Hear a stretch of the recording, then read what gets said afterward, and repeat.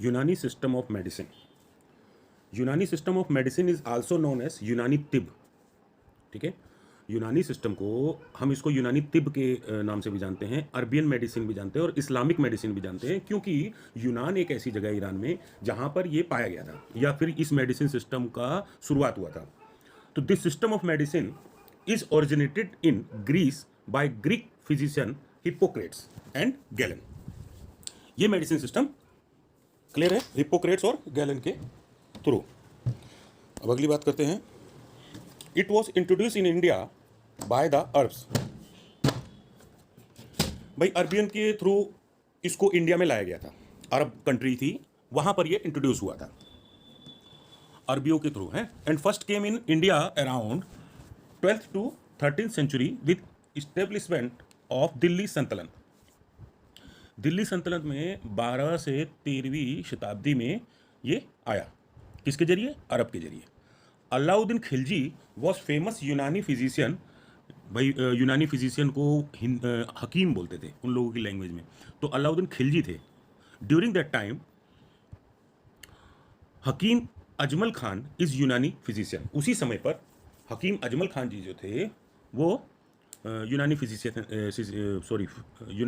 Physician थे, but also one of the foremost freedom fighter in the country. लेकिन सबसे महत्वपूर्ण बात ये थी कि वो स्वतंत्रता सेनानी भी थे. Basic principle and concept of यूनानी. दिस बेसिक थ्योरी ऑफ यूनानी system is based upon the well known 4 humour theory of Hippocrates. अब हिप्पोक्रेट्स की 4 थ्योरी के बल पर ये इसका प्रिंसिपल टिका था. क्या था? 4 ह्यूमर्स. पहला दैट इज ए दम. अब कहोगे कि ये अजीब से लैंग्वेज है, मैं कैसे याद करें, उसमें तो हमने वात पित्त कफ कर लिया. वो भी भाई इन्होंने अपने शब्दों में बोला है, और जो आयुर्वेदा था उसने अपना संस्कृत उठाया और उसके हिसाब से इन्होंने उर्दू का शब्द उठाया या अरबियन शब्द उठाया. ठीक है, तो दम. अब सिंपल सी बात है, आपको याद करने के लिए शॉर्ट तरीका बता देता हूँ कि दम दम किससे आती है? ताकत. बोध कहता है तेरे अंदर दम है, तो ब्लड है. तो सिंपल सी बात है कि आप ये जान सकते हो कि ब्लड, या फिर सिंपल आप दम नहीं याद होता तो ब्लड लिख दो. और बलगम, तो बलगम तो बोला ही बलगम जाता है, तो बलगम बलगम लिखा हुआ है, और जिसको इंग्लिश में फेलगम बोलते हैं. ठीक है, और सफरा जिसे कहते हैं येलो बाइल, पीला पीला पित्त होता है, पित्त. और सौदा ब्लैक बाइल, काला पित्त. तो ब्लड, ये क्या कहते हैं कि blood is hot and moist, जबकि बलगम जो होता है इज कोल्ड एंड मॉइस्ट, और येलो बाइल जो होता है वो हॉट एंड ड्राई होता है, और ब्लैक बाइल जो होता है वो कोल्ड एंड ड्राई होता है. ठीक है, ये इनकी थ्योरी थी. भाई देखो, खून है, हॉट होगा और मॉइस्ट होगा. Moist just like a moisture, तो खून तो गीला होता ही है, तो मॉइस्ट होगा ही होगा. तो गर्म है और मॉइस्ट है. अब बलगम जो क्या है? बलगम क्या होता है? ठंडा होता है. ठंडी चीज़ से बलगम बनती है ना, गर्म चीज़ तो पिघाल देती है बलगम को. तो फेलगम जो है वो ठंडा है और मॉइस्ट है, भाई नमी तो ही. अब येलो बाइल की बात करो तो येलो बाइल, भाई येलो बाइल क्या होता है? खट्टी डकार आती है ना, एकदम से मुंह में पित्त आ जाता है मुंह में.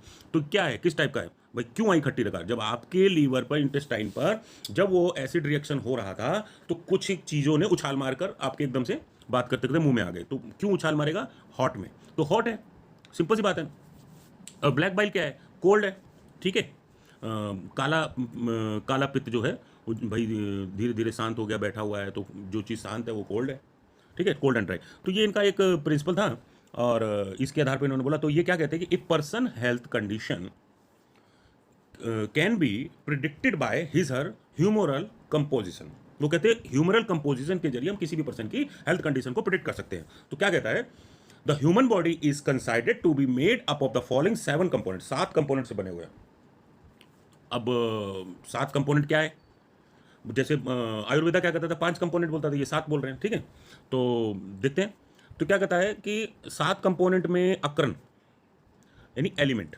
ठीक है, तो क्या कहता है? The human body contains 4 elements, air, earth, fire, water. अब वहां पर ट्रेडिशनल ने बोला था 5 एलिमेंट्स, इन्होंने 4 को लिया. इन्होंने स्पेस को नहीं लिया. उसमें स्पेस और था अर्थ, भगवान शब्द, भूमि, गगन, वायु, अग्नि, नीर. भा से भूमि, अर्थ, गगन, स्पेस, वायु, एयर, और अग्नि, फायर. ठीक है, और नीर, वाटर. ठीक है, तो उसमें 5 तत्व था ट्रेडिशनल में, भगवान. और 5 शब्दों में से इन्होंने अपनी थ्योरी में स्पेस को गायब कर दिया. अब आ जाओ सेकंड, मिजाज. अब कहते हैं ना आपका मिजाज कैसा है, जनाब आपका मिजाज के साथ बहुत गर्म दिखाई दे रहे हैं, या फिर आपका वो इंग्लिश में कहते हैं आपका टेम्परामेंट थोड़ा हाई नहीं रहता, तो मिजाज इंग्लिश में टेम्परामेंट है। तो क्या है, it is a basic concept, it is a कहाँ गया, it is a basic concept in defining health and illness. ये किसी भी मतलब स्वास्थ्य को और बीमारी को डिफाइन करने का एक कंसेप्ट है मिजाज। उसका मिजाज चेक करो, क्योंकि इंसान अगर बीमार है तो उसका चेहरा उतरा हुआ है, रोता रहेगा, क्या हुआ, आप ठीक नहीं लग रहे, आपका चेहरा उतरा उतरा सा लग रहा है, आप बड़े गुस्से में भाई साहब, आपका दिमाग कुछ ज़्यादा गर्म हो रहा है, तबीयत ठीक है ना।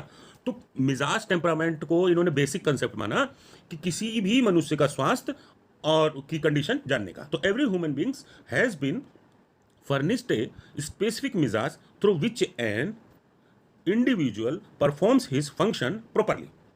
क्या कहता है कि जो भी प्रत्येक मनुष्य है वो उसके मिजाज के थ्रू फंक्शन प्रॉपरली, उसके थ्रू मालूम चलता है कि वो कैसा काम कर रहा है और कैसे कर रहा है। तो 10 mizaj in Unani system helps characterize a person physical. तो मिजाज क्या करेगा, एक उसके मनुष्य की फिजिकल, मेंटल, सोशल स्टेट कि समाज में कैसे तरीके से नरम निवेदन, बड़ा प्यारा आदमी है, बड़े तरीके से बोल रहा है, मेंटल दिमागी रूप से ठीक है तो सनकी लग रहा है, या फिर फिजिकल शरीर देखो टेढ़ा मेढ़ा है, या फिर फर्स्ट क्लास है, एथलेटिक बॉडी है। तो ये सब identifies the nature of a disease. ये मिजाज जो होती है यूनानी सिस्टम में वो उसकी डिजीज को आइडेंटिफाई करती है। अब आ जाओ अक्लैत।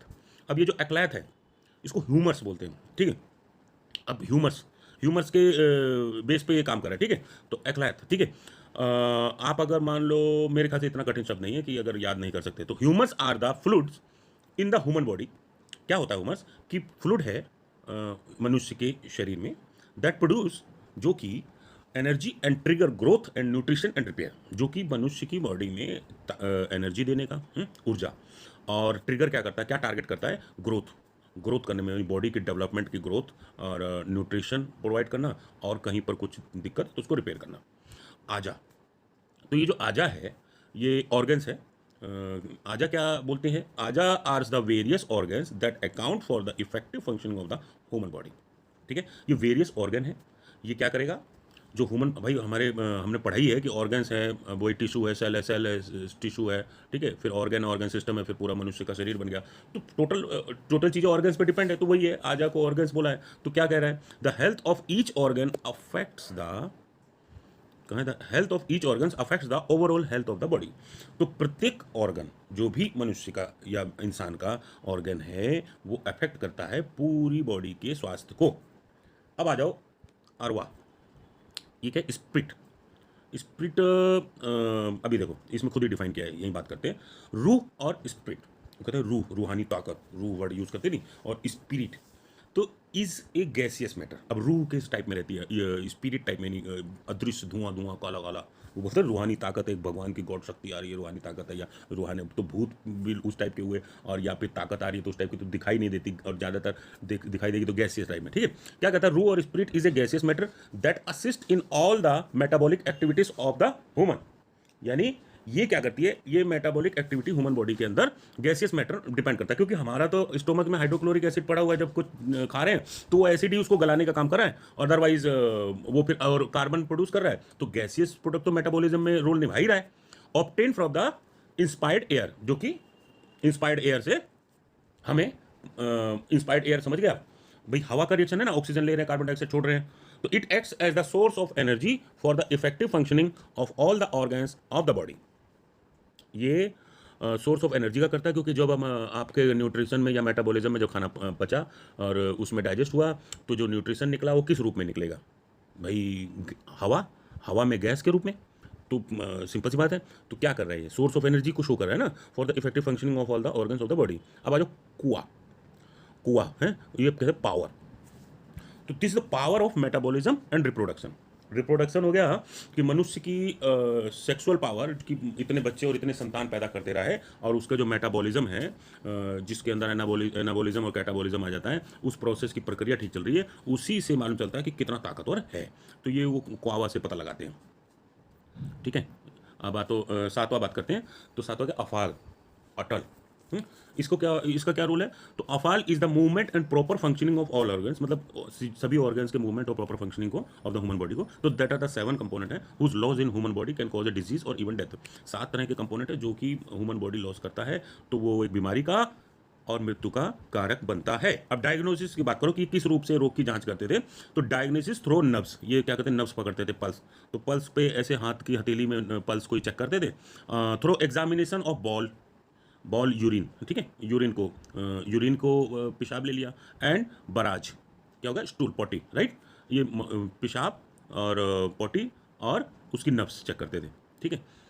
इस तरीके से उनका जांच करते थे। ट्रीटमेंट क्या था इनका, तो अब देखो इलाज बिल, तो इनका एक तकिया कलाम समझ लो कि अब ये कोई भी चीज़ इलाज कर रहे हैं तो इलाज बिल, इलाज करो बिल लगाओ, तो सिंपल सी बात है, ये वर्ड यूज़ हो जाएगा, वो याद हो जाएगा कि इलाज करो बिल दे दो, कि भाई इलाज हो गया अब इसका बिल दो, तो इलाज बिल तदबीर, ठीक है, तदबीर। अब तदबीर नाम यूज़ करना पड़ेगा, ट्रीटमेंट में है। इसे कहते हैं रेजिमेंटल थेरेपी है, that is the Venice section, यानी नसबंदी, ठीक है, उसमें नसबंद कर दिया जाता है कि जब इलाज किसी कर, कूपिंग करते हैं, खून निकालने की विधि है क्यूपिंग, ठीक है, और डायोफेरेसिस यानी उसका पसीने की चेक करना है, और ड्यूरेसिस मूत्राधिक है, ठीक है। ये मैंने इसके ऊपर हिंदी में भी लिख दिया है ताकि आप लोग अभी तो सुन लोगे, बाद में फिर भूल जाओगे, तो बार बार आपको डिक्शनरी में चेक करना पड़े, कहीं ढूंढना ना पड़े, तो अब सामने लिखा रहेगा तो आपके लिए आसानी रहेगी। टर्किश बात, भाई बात वही, उसको स्नान दिया, स्टीम बात जैसे कहते हैं, मसाज वगैरह, ठीक है, और एमिसिस हो गया, नहीं वोमिटिंग, ठीक है, उसकी उल्टी की जांच, उल्टी हुई नहीं हुई, एक्सरसाइज वगैरह, तो ये इलाज बिल तदबीर में रेजिमेंटल थेरेपी ये दी जाती थी। अब इलाज बिल गीज़ा, तो ये क्या है, डाइटू थेरेपी, ठीक है। इसमें क्या होता है, श्री राम जय राम, कहाँ गया इलाज बिल गीज़ा, इलाज बिल गीज़ा में this therapy involves having proper diet और रेगुलेटिंग द फूड क्वांटिटी।